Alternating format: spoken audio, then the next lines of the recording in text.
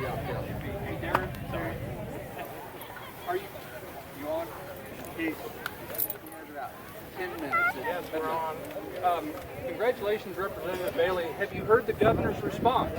I have not. All I know is I've left the courtroom and still soaking all this. As I walked out of the courtroom about approximately 10 minutes ago, the governor has already issued his response. Okay.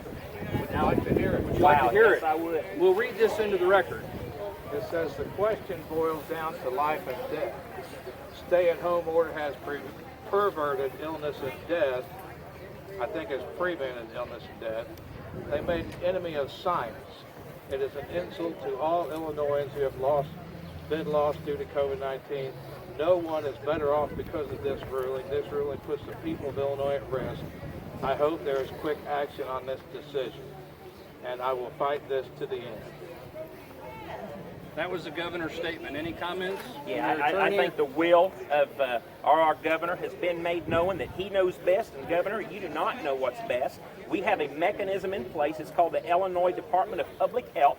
This has all been laid out many years ago before you came around, and that needs to be honored. I have asked you from day one to respect the local governments throughout the state of Illinois, and you have refused that. So it's time to honor that, and I believe that this will be a mechanism of which that's going to happen, that we, the people of this great land, will govern ourselves as our Constitution demands.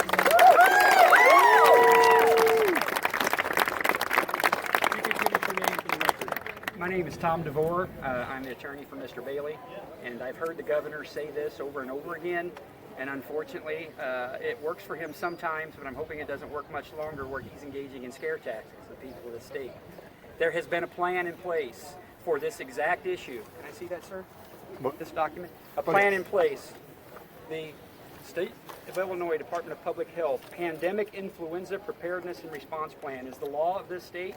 It was promulgated by the legislative branch who holds the ultimate police powers of this state, and that document right there lays out in 120 pages how the Illinois Department of Public Health is to manage these types of pandemics. It's very detailed, and it works. It's working now. I talked to my county health department who said, yes, we utilize these processes right now. They're very effective, and moreover, what they have is they have due process requirements within that law that says if your local health department wants to quarantine you, you have the right to due process, the right to go to court and say that I don't believe I should be held in this quarantine.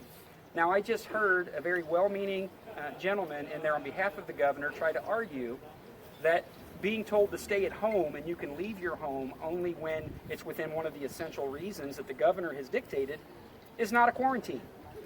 Now, I know lawyers like to craft arguments, and you guys all laugh at us when we talk about things, but I can tell you, I found it real hard to buy into, you can't leave your house to do anything other than what the governor says, but that's not a quarantine. I'm sorry, I find that to be the same thing. The law that has been provided that supports the Pandemic Influenza Plan, which is the Department of Public Health Act, says, and I quote, the supreme authority for isolation, for quarantine, and moreover, folks, for closure. You know what that means? Closure for businesses. That lies with the Illinois Department of Public Health because the legislature gave them that authority.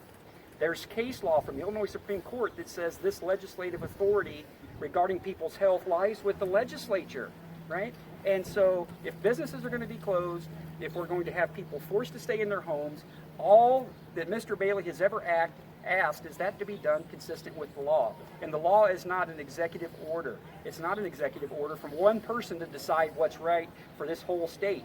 This state has 102 counties, and those 102 counties are not affected the same, and they shouldn't be treated the same. And for somebody to sit on the governor's office and say that we're going to treat everybody the same is a complete violation of everything that I signed on and took an oath to protect. Thank you. Can you address one quick question? Particularly, we're getting it a lot from the readers. In regards to your victory today, can you express as to why that's his victory and not every person that doesn't have, the injunction was for Mr. Bailey. I can absolutely address that. You bet. The case that was brought at this particular point in time was as for one citizen, Mr. Bailey. The arguments were made that his rights were being violated, the governor was exceeding his authority. He was successful on that. whether or not moving forward there needs to be like a representative type of action to where a citizen or group of citizens bring that for a larger group of people. I believe, and hopefully all of you will go talk to legal counsel for yourself to talk about that, because I made it clear up there, and I want to make it clear now. The arguments that made in there were not unique to Mr. Bailey as a public official. They were unique to every citizen that walks this country and walks this state. And so each of you has the rights to be protected the same way that Mr. Bailey got protected, and I would hope that each of you seek that out. Thank you very much. Appreciate it. Congratulations.